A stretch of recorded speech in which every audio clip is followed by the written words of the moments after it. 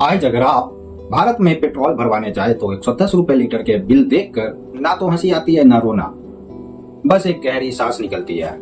लेकिन क्या आपने कभी सोचा है, जब दुनिया में कच्चे तेल का दाम घट जाते हैं तो भारत में फ्यूल सस्ता क्यों नहीं होता? जब सरकार कहती है हम तो जनता की भलाई चाहते हैं, तब गैस सिलेंडर 1200 क्यों हो जाता है?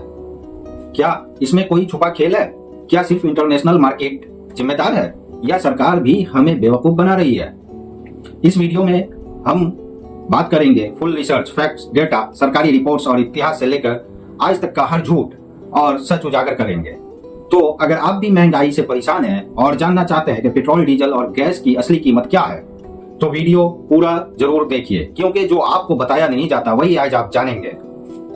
110 रुपए लीटर पेट्रोल, गैस सिलेंडर 1200 रुपए। क्यों भाई, क्या हम चांद से मंगवा रहे हैं?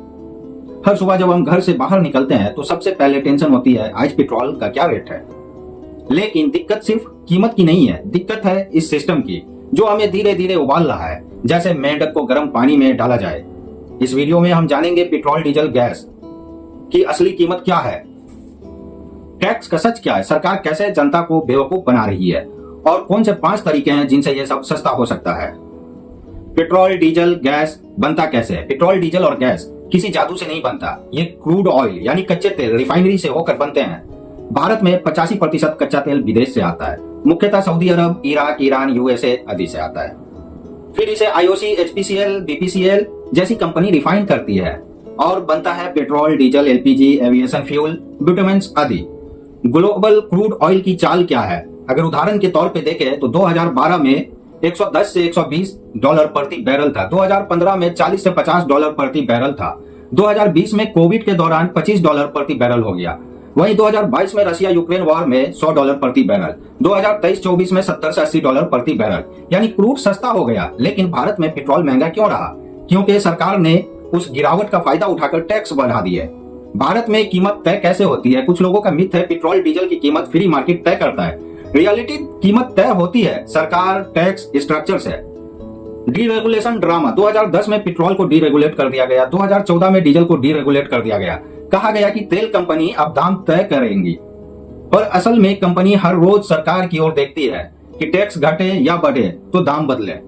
जब आप 1 लीटर पेट्रोल भराते हैं 110 रुपए में, तो उसी 110 रुपए में क्रूड ऑयल 30 रुपए, रिफाइनिंग और ट्रांसपोर्ट का 10 रुपया, तेल कंपनी का मुनाफा 5 रुपया, केंद्र सरकार टैक्स एक्साइज 28 से 35 रुपया, राज्य सरकार का वैट 25 से 30 रुपया। असली कीमत सिर्फ 45 रुपया, बाकी 60 रुपया टैक्स है। 2014 में पेट्रोल पर 3 रुपया एक्साइज ड्यूटी था। वहीं 2014 में पेट्रोल पर एक्साइज ड्यूटी 9 रुपया था, डीजल पर 32 रुपया।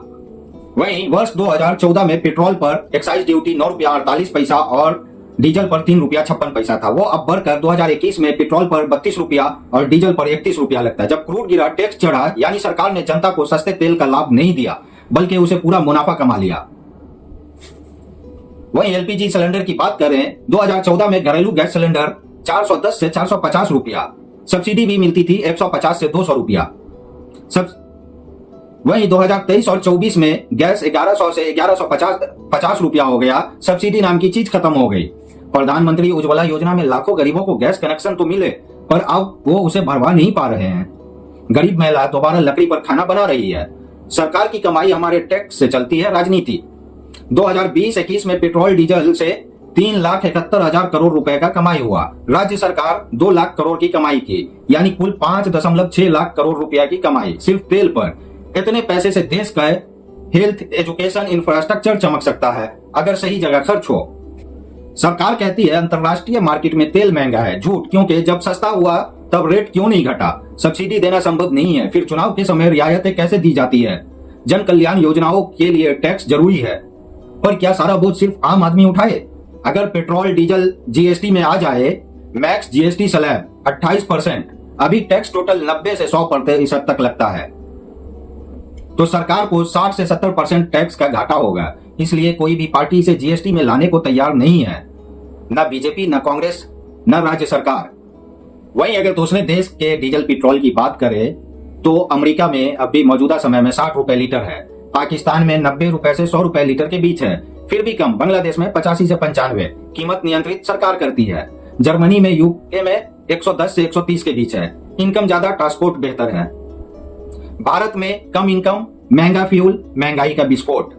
रिक्शा, टैक्सी चालक, रोज की कमाई घटी। किसान का ट्रैक्टर पंप महंगा। महिलाएं गैस भरवाना मुश्किल हो गया। छोटे व्यापारी, ट्रांसपोर्ट महंगा हो गया। हर वर्ग महंगाई से दबा हुआ है। क्यों चुप है सब? क्योंकि यह टैक्स इनविजिबल टैक्स है। आपको स्लिप नहीं मिलती, ना टीवी पर बहस होती, ना मैनिफेस्टो में कोई पार्टी से खत्म करने की बात करती है, और यही सबसे बड़ा धोखा है। इसका समाधान क्या है? पेट्रोल और डीजल और गैस को जीएसटी के तहत लाना अनिवार्य करें। टैक्स पर पारदर्शिता, जनताओं को बताए पैसा कहां जा रहा है। सार्वजनिक परिवहन, पब्लिक ट्रांसपोर्ट को मजबूत करें। इलेक्ट्रिक वाहन, सोलर ऊर्जा को प्राथमिकता दें। राजनीतिक इच्छा शक्ति, जनता के लिए निर्णय लेने के लिए, मुनाफा के लिए नहीं।